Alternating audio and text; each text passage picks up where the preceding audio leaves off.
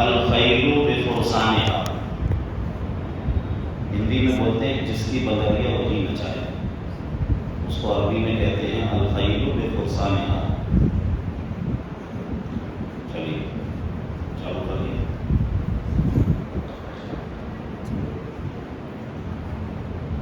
السلام علیکم ورحمۃ اللہ وبرکاتہ۔ الحمد للہ رب العالمین والعاقبۃ للمتقین والصلاة والسلام علی سید المرسلین، اما بعد فاعوذ باللہ من الشیطان الرجیم، بسم اللہ الرحمن الرحیم، ولا تقولوا لمن يقتل في سبيل الله اموات بل احیاء ولكن لا تشعرون۔ صدق اللہ مولانا العظیم وصدق رسوله النبی الامین المتین المبین الکریم۔ ان اللہ وملائکته یصلون علی النبی یا ایھا الذین آمنوا صلوا علیہ وسلموا تسلیما۔ اللہ رب محمد صلی اللہ علیہ وسلم، نحن عباد محمد صلی اللہ علیہ وسلم وعلی ذریہ وصحبہ ابد الدہور وکرما۔ جو دہکتی آگ کے شعلوں پہ سویا وہ حسین، جو دہکتی آگ کے شعلوں پہ سویا وہ حسین، جس نے اپنے خون سے عالم کو دھویا وہ حسین، جو جواں بیٹے کی میت پر نہ رویا وہ حسین، جو جواں بیٹے کی میت پر نہ رویا وہ حسین، جس نے سب کچھ کھو کے پھر بھی کچھ نہ کھویا وہ حسین، مرتبہ اسلام کا جس نے دوبالا کر دیا، مرتبہ اسلام کا جس نے دوبالا کر دیا، خون نے جس کے دو عالم میں اجالا کر دیا، اس کی ہمت پر علی شیر خدا کو ناز ہے، اس کی ہمت پر علی شیر خدا کو ناز ہے، اس نواسے پر محمد مصطفیٰ کو ناز ہے، سجدے تو سب نے کیے اس کا نیا انداز ہے، سجدے تو سب نے کیے اس کا نیا انداز ہے، اس نے وہ سجدہ کیا جس پہ خدا کو ناز ہے، اس نے وہ سجدہ کیا جس پہ خدا کو ناز ہے، دشت کربلا کو عرش کا زینہ بنا دیا، دشت کربلا کو عرش کا زینہ بنا دیا، جنگل کو مصطفیٰ کا مدینہ بنا دیا، جنگل کو مصطفیٰ کا مدینہ بنا دیا، ہر ذرہ نجف کو نگینہ بنا دیا، ہر ذرہ نجف کو نگینہ بنا دیا، تو نے حسین مرنے کو جینا بنا دیا، تو نے حسین مرنے کو جینا بنا دیا، قتل حسین اصل میں مرگ یزید ہیں، قتل حسین اصل میں مرگ یزید ہیں، اسلام زندہ ہوتا ہے ہر کربلا کے بعد، اسلام زندہ ہوتا ہے ہر کربلا کے بعد، نہ مسجد میں نہ بیت اللہ کی دیواروں کے سائے میں، نہ مسجد میں نہ بیت اللہ کی دیواروں کے سائے میں، نماز عشق ادا ہوتی ہے تلواروں کے سائے میں، نماز عشق ادا ہوتی ہے تلواروں کے سائے میں، مگر عشاق اپنی جان کی پرواہ نہیں کرتے، مگر عشاق اپنی جان کی پرواہ نہیں کرتے، خدا سے ڈرنے والے موت سے ہرگز نہیں ڈرتے، خدا سے ڈرنے والے موت سے ہرگز نہیں ڈرتے۔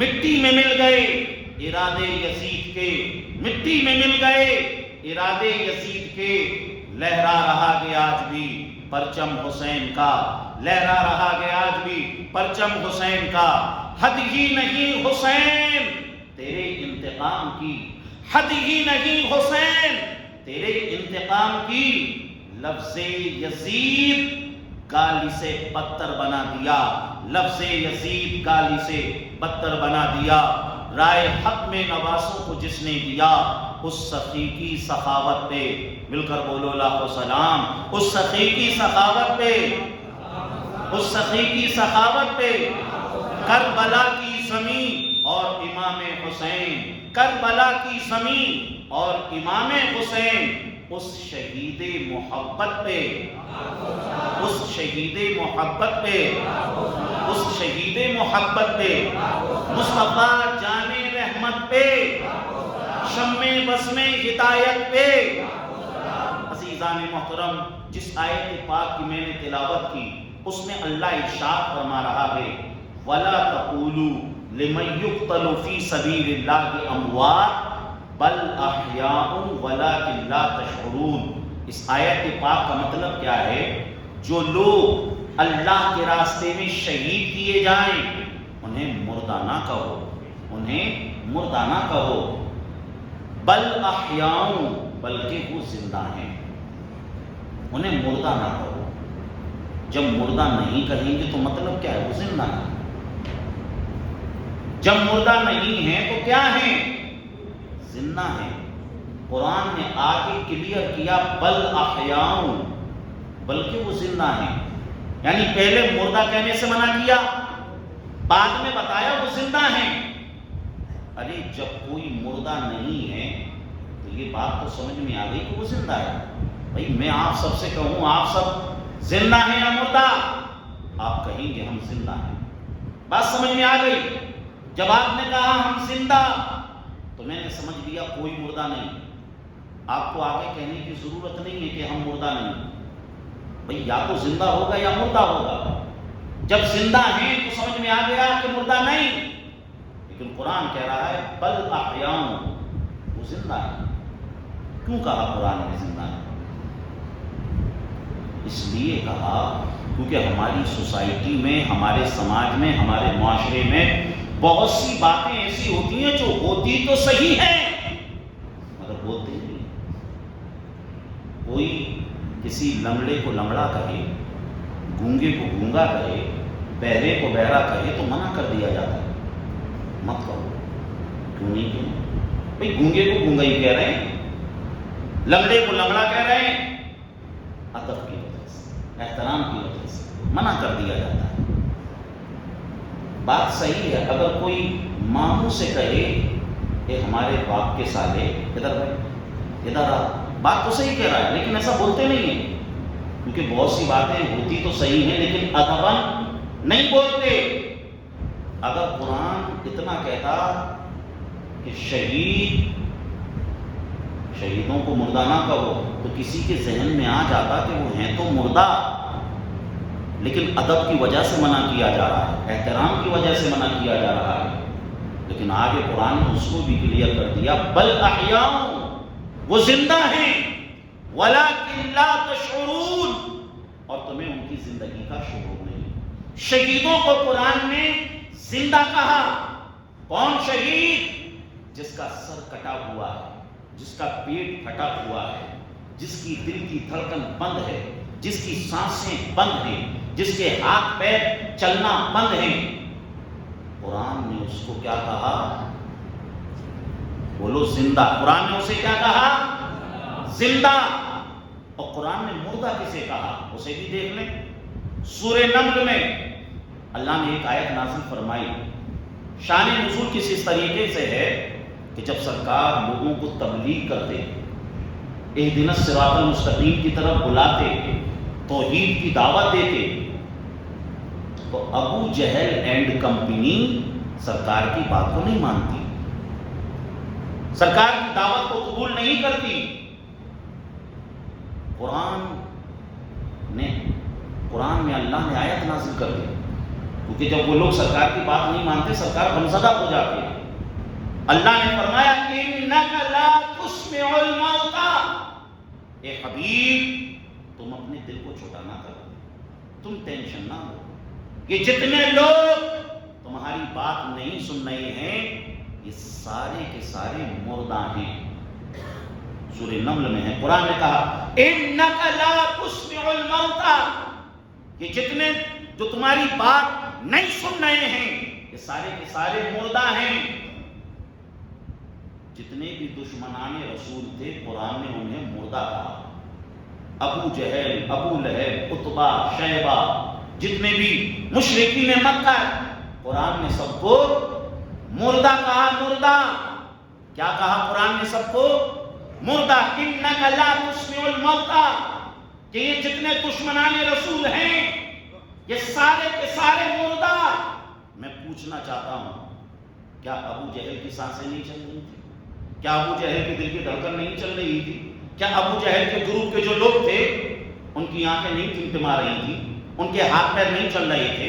وہ بات چیت نہیں کر رہے تھے؟ وہ کھا پی نہیں رہے تھے؟ ارے سب کر رہے تھے، لیکن پھر بھی قرآن نے ان سب کو مردہ کہا. مردہ. اب یہاں سے کیا سمجھ میں آیا کہ زندگی کا معیار ان سانسوں پہ ڈیپینڈ نہیں ہے. زندگی کا معیار دل کی دھڑکن پہ ڈیپینڈ نہیں ہے. زندگی کا معیار ہاتھ اور پیر کے چلنے پہ ڈیپینڈ نہیں ہے. زندگی کا معیار اگر کسی چیز پہ ڈیپینڈ ہے تو وہ محبت رسول ہے، وہ نبی کا عشق ہے، وہ نبی کی محبت ہے. جس دل میں نبی کی محبت ہو، اگر وہ زمین پر ہے تو زندہ اور زمین میں ہے تو زندہ.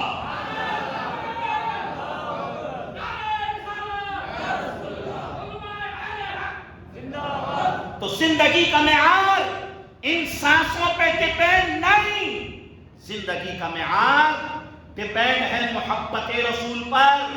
اور یاد رکھنا، جس کے دل میں نبی کی محبت نہیں ہے تو وہ چلتا پھرتا مردہ ہے. یہ سورہ نمل میں ہے قرآن کے اندر. آج جن لوگوں سے ہمارا جھگڑا ہے، آج جو جماعت کے لوگ ہیں، آج گستاخان رسول سے جو ہمارا جھگڑا ہے کہ وہ کوئی ہمارا جھگڑا روپے پیسے کا نہیں ہے، زمین جائیداد کا نہیں ہے. کیا جھگڑا ہے؟ جھگڑا یہ ہے کہ ان کے بڑے بڑے گروؤں نے نبی کی شان میں گستاخی کی، وہ ان کو اپنا بڑا مانتے ہیں. ارے یہ تمہارے بڑے تمہیں مبارک ہو. ہمیں تو صرف نبی کی محبت چاہیے.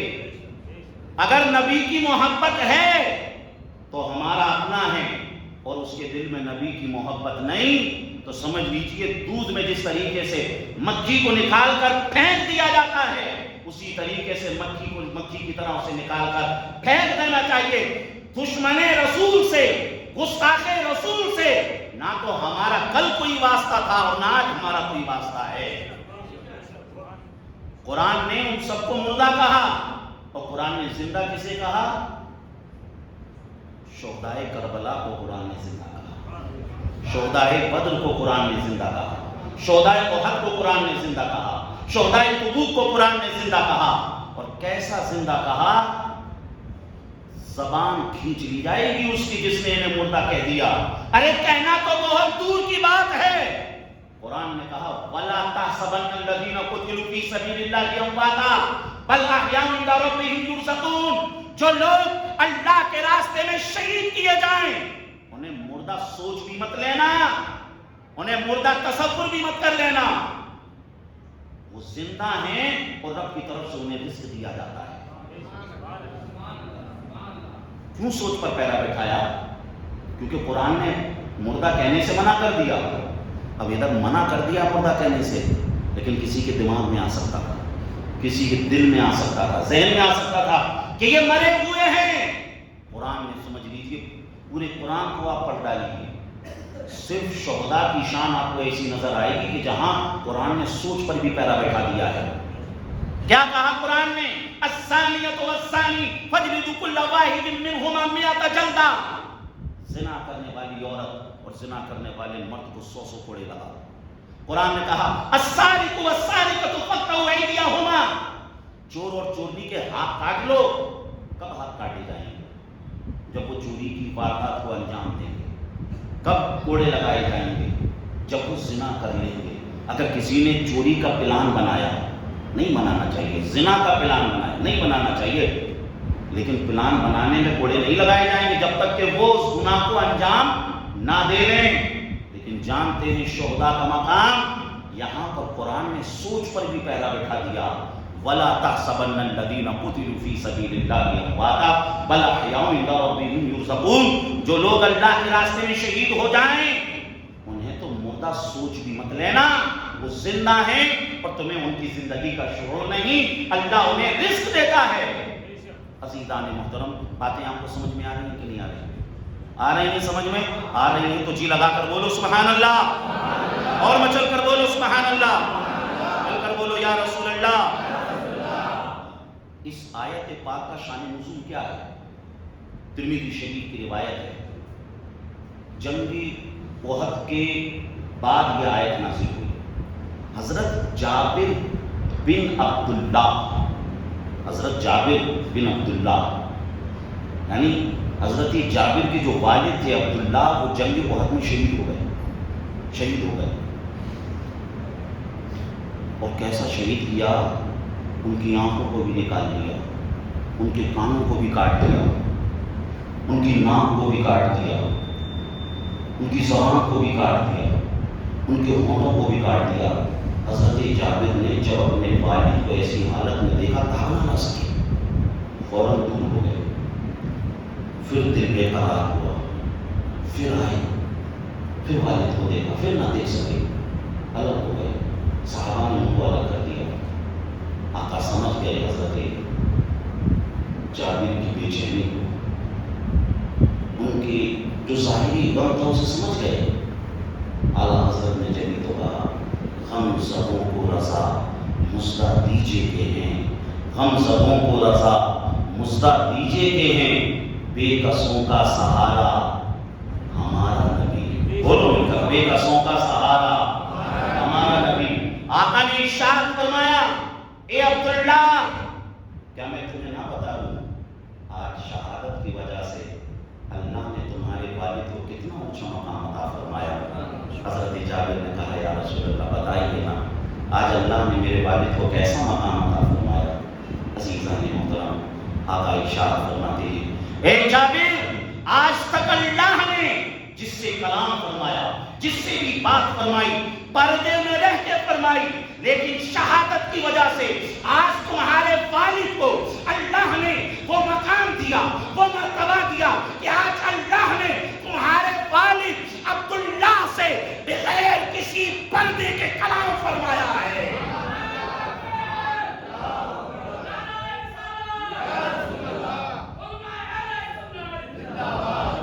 بلند آواز سے بولیے یا رسول اللہ، مل کر بولو سبحان اللہ۔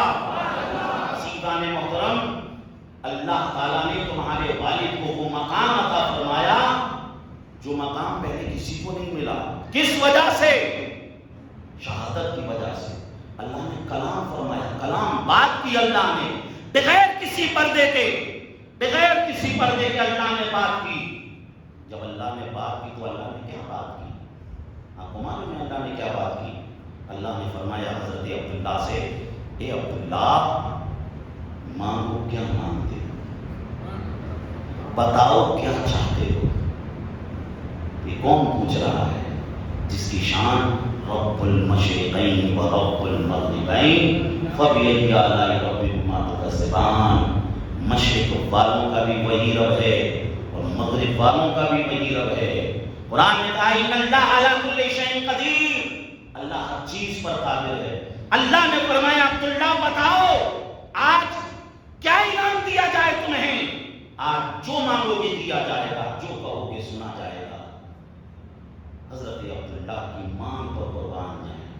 حضرت عبداللہ نے کہا، مولا میں یہ چاہتا ہوں، مولا تو مجھے واپس دنیا میں بھیج دے، پھر حق کو باطل کا مار کا لگا ہوا ہو، مولا میں تیرے نام کو بلند کرتا ہوا شہید ہو جاؤں، میری گردن کو کاٹ دیا جائے، مولا میری آنکھوں کو بھی نکال دیا جائے، مولا میری زبان کو بھی ٹکڑے ٹکڑے کر دیے جائیں، میرے کانوں کو بھی کاٹ دیا جائے، مولا میری ناک کو بھی کاٹ دیا جائے۔ مولا میں یہ چاہتا ہوں کہ جو مزہ شہادت میں آیا تھا، مولا ایک مرتبہ پھر وہ مزہ مجھے آ جائے۔ اللہ نے فرمایا، اے عبداللہ، ہمارا قانون ہے جو ایک مرتبہ ہمارے پاس آ جاتا ہے وہ واپس اس دنیا میں نہیں جاتا۔ حضرت عبداللہ نے کہا، مولا پھر شہدا کے مقام کو تو لوگوں کو بتا دے۔ اللہ نے حضرت جبریل سے فرمایا، اے جبریل، سورہ آل عمران کی اس آیت کو لے کے جاؤ میرے حبیب کے پاس۔ وہ یہی آیت تھی، وَلَا تَحْسَبَنَّ الَّذِينَ قُتِلُوا فِي سَبِيلِ اللَّهِ أَمْوَاتًا بَلْ أَحْيَاءٌ عِندَ رَبِّهِمْ يُرْزَقُونَ۔ جو لوگ اللہ کے راستے میں شہید ہو جائیں انہیں مردہ اپنا تصور بھی نہ کر لینا، وہ زندہ ہیں اور انہیں رزق بھی دیا جاتا ہے۔ عزیزان محترم، اس آیت کا شان نزول یہ ہے، اور ابن ماجہ کی روایت، حضور نے فرمایا جب بندہ شہید ہوتا ہے نا تو جیسا چونٹی کاٹتی ہے نا اس وقت جیسا لگتا ہے بس اتنا ہی لگتا ہے۔ اور قرآن سے آپ کو مثال دوں، قصہ یوسف میں آپ نے سنا ہوگا کہ زلیخا نے یوسف علیہ السلام سے کہا، یوسف یہ مصر کی کچھ بڑی بڑی گھرانے کی عورتوں کو میں نے جمع کیا ہے، بس ان کو اپنا جلوہ دکھا دو۔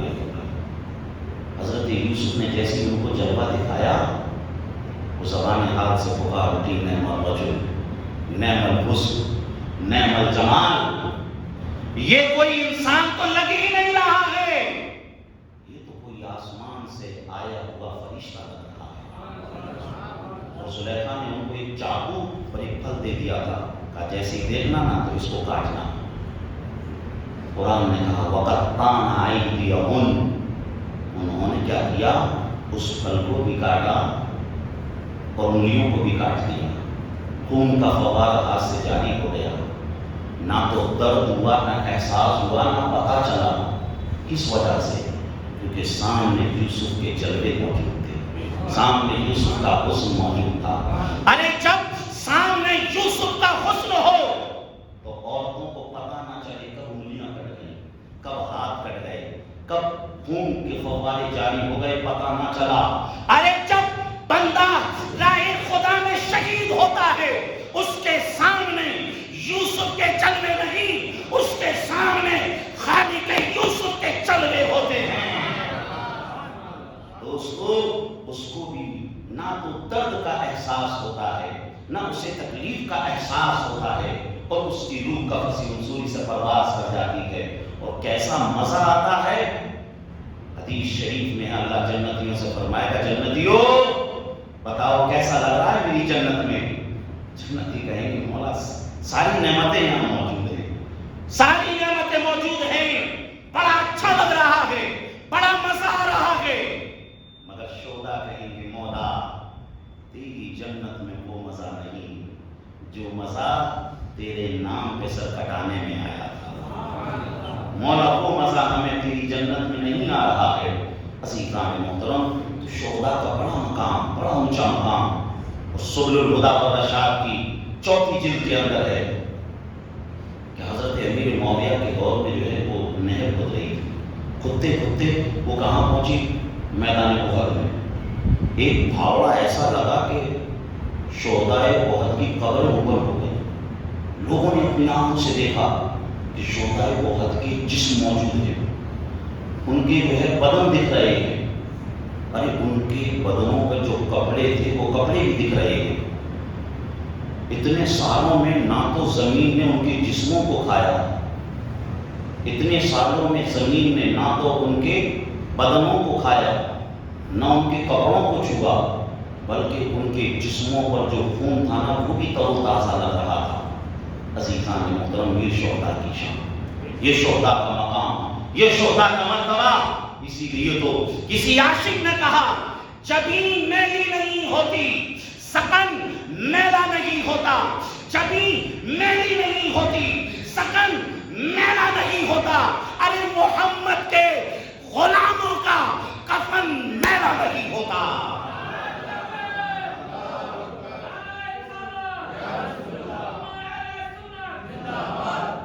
محمد کے غلاموں کا کفن میلا نہیں ہوتا۔ یہ تو ایک شہید کی شان، یہ تو ایک شہید کا مقام مرتبہ۔ اور جانتے ہیں حسین شہید اعظم ہے، حسین شہید اعظم۔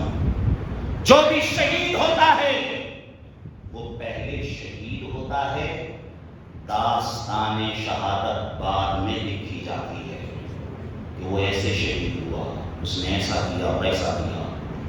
لیکن حسین وہ شہید ہیں جو شہید 50-55 سال کے بعد ہو رہے ہیں، اور داستان شہادت رسول اللہ نے پہلے ہی لکھ ڈالی تھی۔ جی لگا کر بولو سبحان اللہ۔ داستان شہادت رسول اللہ نے پہلے ہی لکھ ڈالی تھی۔ یہ حسین کی شہادت۔ دوستو وقت میرا بالکل مکمل ہو گیا ہے، میں آپ کو بتاؤں کیوں ہوتا ہے امام حسین کا ذکر۔ عزیزان محترم، محرم کی 9 تاریخ 10ویں شب کو امام نے سب کو بٹھا لیا اور کہا میں تمہیں اجازت دیتا ہوں تم یہاں سے چلے جاؤ، کیونکہ یزید کو بیعت چاہیے تو میری، یزید کو ہاتھ چاہیے تو میرا، میں نہیں چاہتا میری وجہ سے کتنے بچے یتیم ہو جائیں، گھر اجڑ جائیں، سہاگ اجڑ جائیں، چلے جاؤ۔ حضرت اور وہ جو شمع چل رہی تھی اس کو بھی بجھا دیا تاکہ یہ لوگ چلے جائیں۔ مسلم بن سجا نے کہا تھا حسین ہم اس شمع کے پروانے نہیں جو اس کے بجھنے کے ساتھ یہاں سے چلے جائیں گے، حسین ہم تو شمع امامت کے پروانے ہیں، حسین ہم تو آگ کے دیوانے ہیں۔ اور یہ بات پروانوں کی مزاج کے خلاف ہے کہ شمع کربلا میں جلے، پروانے کہیں اور نظر آئے۔ حسین اس سے پہلے کہ یہ تم تک پہنچے ہم اپنے آپ کو مٹا دیں گے، لیکن حسین یہ نہ کہو یہاں سے چلے جاؤ۔ حضرت سعید بن عبداللہ نے کہا حسین اگر جسم پر جتنے بال ہیں اتنی جانیں ہوتی، اگر اللہ مجھے 70 جانیں دیتا تو اسلام اور بانی اسلام کی خاطر ہر ایک جان کو میں قربان کرتا چلا جاتا۔ حالات کہہ رہے تھے حسین موت تو برحق ہے، موت آئے گی، ایک دن آئے گی، مگر حسین آپ کے ساتھ شہید ہو گئے تو پھر یہ موت بھی ہمارا کچھ نہیں بگاڑ پائے گی۔ حسین پھر کیا ہوگا؟ حسین 1400 سال گزر جانے کے بعد گوالیار کی سرزمین پر جو موتی مسجد ہوگی، اگست کا مہینہ ہوگا، 26 تاریخ ہوگی، محرم کا بھی مہینہ ہوگا، 1444 ہجری ہوگی، جمعہ کا دن ہوگا، حسین گوالیار کی سرزمین کے لوگ موتی مسجد میں تمہارا بھی ذکر کر رہے ہوں گے، تمہارے نانا کا بھی ذکر کر رہے ہوں گے۔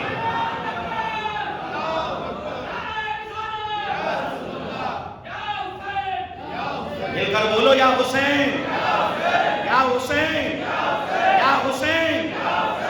عزیزان محترم، امام نے بڑی قربانیاں دی۔ آخری بات کہہ کے بات کو مکمل کرنا چاہوں گا۔ دوستو اس دنیا میں بڑے چھوٹے ہوئے، کچھ کہنے لگے ہم اللہ ہیں، عبادت کرو ہماری، کچھ کہنے لگے ہم نبی ہیں، کچھ کہنے لگے ہم ولی ہیں، لیکن آج تک کسی مائی کے لال نے اتنی ہمت نہیں دکھائی کوئی جھوٹا حسین ہونے کا دعویٰ کرتا اور کہتا میں حسین ابن علی ہوں۔ نہیں، حسین ابن علی نے وہ تاریخ رقم کی ہے۔ دوستو حسین تو بہت بڑی بات ہے، ان کا غلام بننا بہت بڑی بات ہوتی ہے۔ عزیزان محترم، پچھلی شریعتوں کو ہم دیکھیں، صرف 2 منٹ لے رہا ہوں، ٹھیک ہے، بات مکمل ہو جائے گی۔ پچھلی شریعتوں کو دیکھیں، کوئی شریعت، کوئی نظام 100 سال تک نہ چل سکا۔ شریعت موسیٰ ہو، شریعت عیسیٰ ہو، شریعت داؤد ہو، بدل دی گئی، 100 سال کے اندر بدل دی گئی۔ تورات، زبور، انجیل سب میں کچھ گھٹا دیا یا کچھ بڑھا دیا، لیکن جیسا شریعت مصطفیٰ کا نظام رسول اللہ کے زمانے میں تھا ویسا آج بھی موجود ہے۔ نمازوں کا جو سسٹم حضور کے زمانے میں وہ آج بھی، روزہ اور حج اور زکات کا جو طریقہ حضور کے زمانے میں وہ آج بھی، ارے قرآن میں جتنے پارے اس دور میں تھے آج بھی موجود ہیں، 30 پارے تھے آج بھی موجود ہیں، 14 منزلیں تھیں آج بھی موجود ہیں، 107 منزلیں تھیں آج بھی موجود ہیں، 114 صورتیں تھیں آج بھی موجود ہیں، 6666 آیتیں سرکار کے زمانے میں تھیں آج بھی موجود ہیں، 540 رکوع اس دور میں تھے آج بھی موجود ہیں، جتنے زبر زیر پیش قرآن میں اس دور میں تھے آج بھی موجود ہیں۔ اس میں نہ تو کوئی کچھ گھٹا سکا نہ کچھ بڑھا سکا۔ پچھلے نظام، پچھلی شریعتیں، پچھلے قانون 100 سال تک نہ چل سکے، بدل دیے گئے، لیکن قرآن میں تبدیلی نہ ہوئی، شریعت مصطفیٰ میں تبدیلی نہ ہوئی۔ ہم نے اللہ کی بارگاہ میں عرض کیا مولا شریعت مصطفیٰ میں تبدیلی کیوں نہ ہوئی، قرآن کو کیوں نہیں بدلا جا سکا؟ تو رب کی رحمتوں نے کہا اے سوال کرنے والے سن، پچھلی شریعتوں میں ہم نے کوئی دیا گیا اور اس شریعت میں ہم نے ایک حسین ابن علی بھیج دیا. اب قیامت تک نہ تو اسلام بدل سکتا ہے نہ قرآن بدل سکتا ہے. مل کر بولو یا حسین یا حسین یا حسین یا حسین. قتل ہے قول خدا ہے قول نبی. فرمان نہ بدلا جائے گا، بدلے کا زمانہ لاکھ مگر قرآن نہ بدلا جائے گا. یہ ظالم کیا سمجھتے ہیں جو اپنے دل میں ہنستے ہیں؟ ابھی تو کربلا کا آخری میدان باقی ہے. مولا ہمیں امام حسین کی محبت میں زندہ رکھے، امام حسین کی محبت میں اس دنیا سے اٹھائے. قیامت میں بھی ہم اہل بیت اطہار کی محبت کو لے کر جائیں. بیان میں کسی طرح کی غلطیاں ہوئی ہوں، اللہ اس کو اپنے فضل و کرم سے معاف فرمائے. استغفر اللہ ربی من کل ذنب واتوب الیہ واخر دعوانا ان الحمد للہ رب العالمین. جو حضرات سنتیں نہ پڑھیں وہ سنتیں پڑھ لیں. السلام علیکم.